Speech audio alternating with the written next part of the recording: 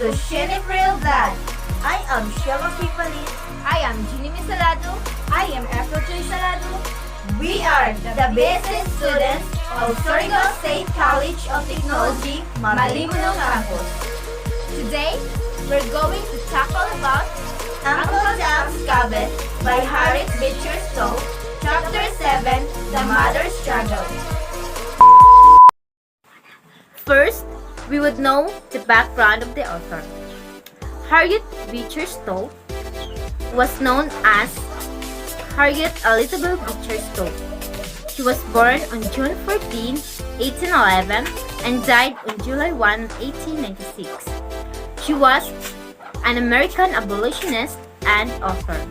She came from Beecher family, a famous religious family, and is best known for her novel Uncle Tom's Cabin on 1852, in which it depicts the harsh condition for enslaved African Americans. The book reached millions as a novel on play and became influential in the United States and Great Britain. Stowe wrote 30 books, including novels, 3 travel memoirs, and collection of articles and letters. She was influential for both her writings and her public stances and debates on social issues of the day.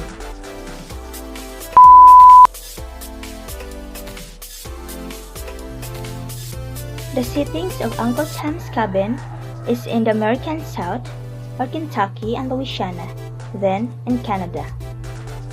The analysis of the main characters. First, Uncle Tom. Uncle Tom was the martyr of the novel, representing all that was good and ultimately sacrificing freedom and life. He was a strong Christian and a kind and determined man. Second is Eliza Harris. Eliza was one of a strong, intelligent Christian mother that was important throughout the novel. She was raised in a sheltered household with her son and a husband belonging to another owner. She escapes to freedom with her son and is separated from her husband. Third is George Harris. Eliza's husband was intelligent, strong, and determined. He was bold in his decision to escape for Canada and wanted nothing more than to make a life for his family, rather than continue to allow them and himself to be degraded by their owners. Fourth is Evangeline St. Clair. This was the child of Augustine and Mary St. Clair, known most for being an angelic and kind girl. Eva was yet another devout Christian who loved Uncle Tom and his fellow slaves. Fifth is Augustine St. Clair. He was kind to his slaves but selfish and unhappy. Rather than do what he knew was right, he lost himself in alcohol and similar vices. Sixth is Simon Legree. Legree represented the worst of the worst after St. Clair's death led to him buying Tom.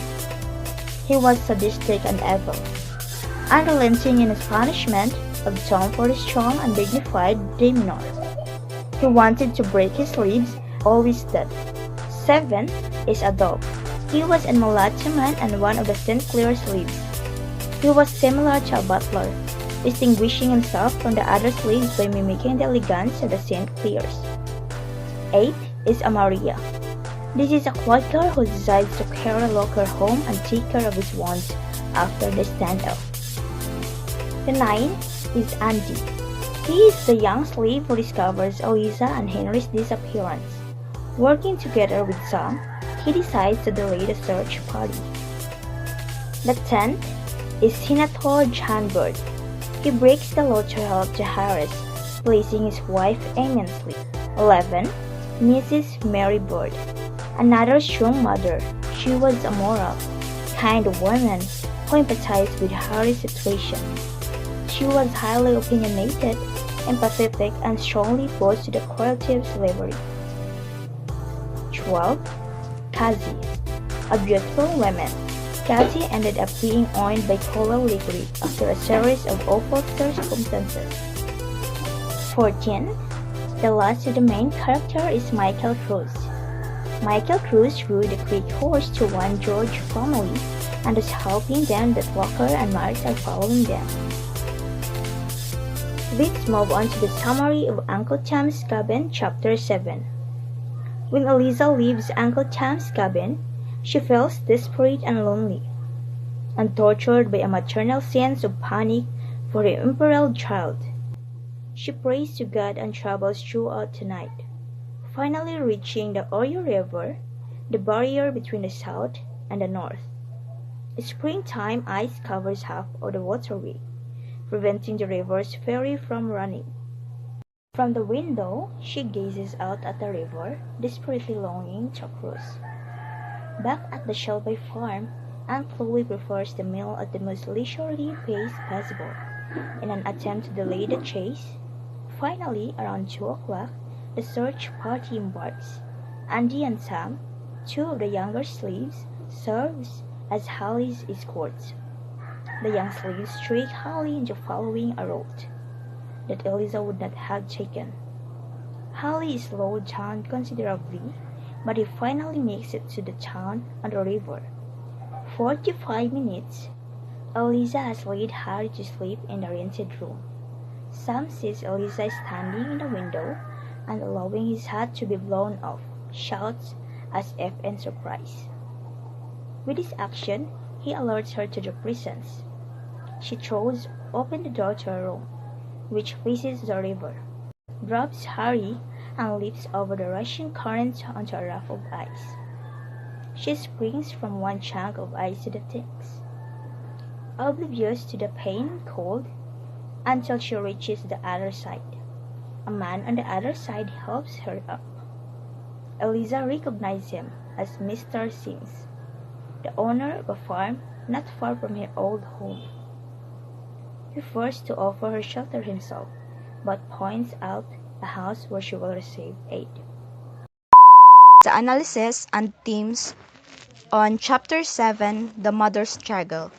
So in Chapter 7, Eliza is driven by her maternal love for Harry and braves cruising the dangerous river.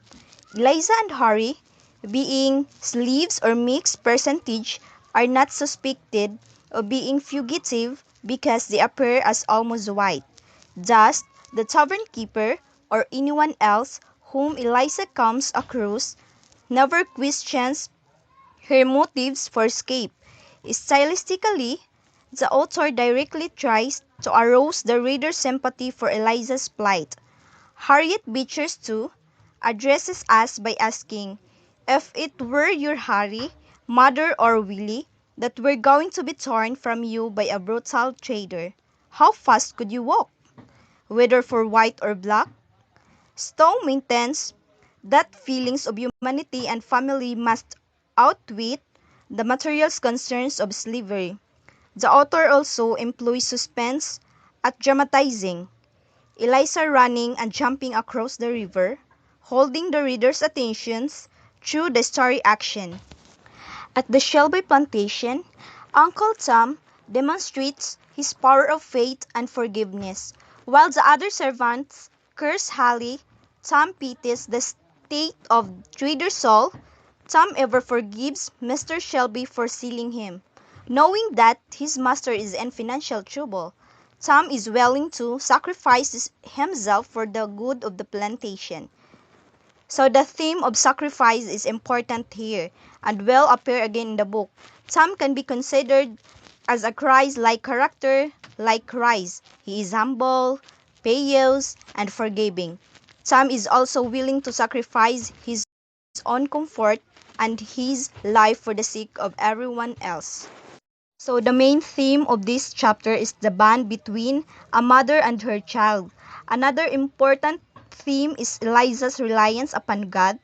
Her Christian masters have betrayed her by selling her son, and now she in turn feels she is betraying her duty of loyalty to them.